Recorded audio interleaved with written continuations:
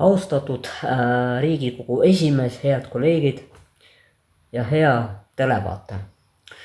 Ma seisan täna siin lihtsa mõtteviisiga ja üldse mõttega. Riik ei ole rahva peremees. Riik on rahva teenija, teener. Ja kui teenija hakkab peremeest komandama, on midagi väga valesti. Kas see pole mitte nii? Ju siis on ju. Eestis räägitakse pidevalt, kuidas inimene elu tuleb kuidas inimese elu tuleb lõpmata reguleerida. Rohkem reegleid, maksustame liikumist, varsti maksustame hingamisega ära. CO2, eks ole, ja ma imesta, kui me maksame varsti ka peeru ja situmise eest. Aga samal ajal imestame, miks noored lahkuvad ja miks inimesed on tüdinenud sellest kõigest. Aga tõde on väga lihtne ja samas ka väga valus, väga oluline igale ühele meist. On ju? Eesti inimest ei ole vaja kasvatada, teda on vaja usaldada. Vabadus ei ole oht, vabadus on vastutuse tingimus. Kui inimene ei vastuta ise oma raha, oma elu ja oma otsuste eest, siis vastutab keegi teine tema eest. Ja see keegi teine ei ole kunagi parem. Võtame sellesama Euroopa Liidu. Just.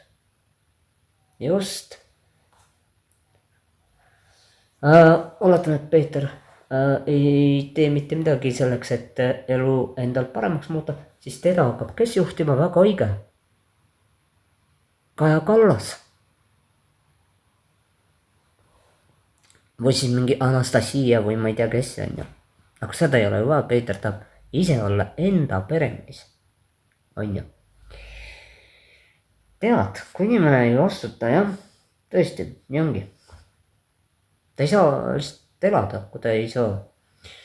Aga ma ütlen ausalt, kallid televaatajad ja armas Riigikogu rahvas ja üldse Riigikogu kolleegid ja kes siin kõik on.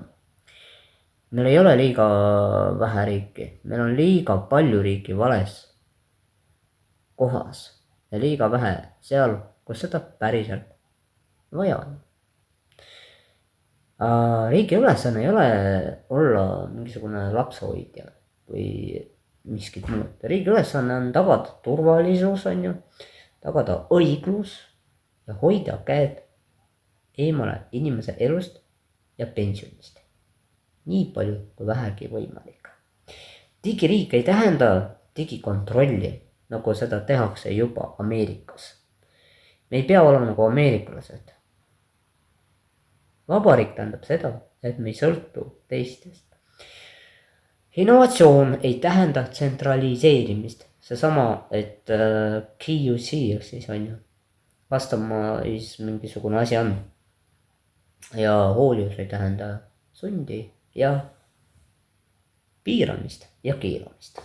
Kui me tahame, et Eesti kestaks, siis peame lõpetama hirmupoliitika ja teerullipoliitika ja alustama usalduspoliitikaga.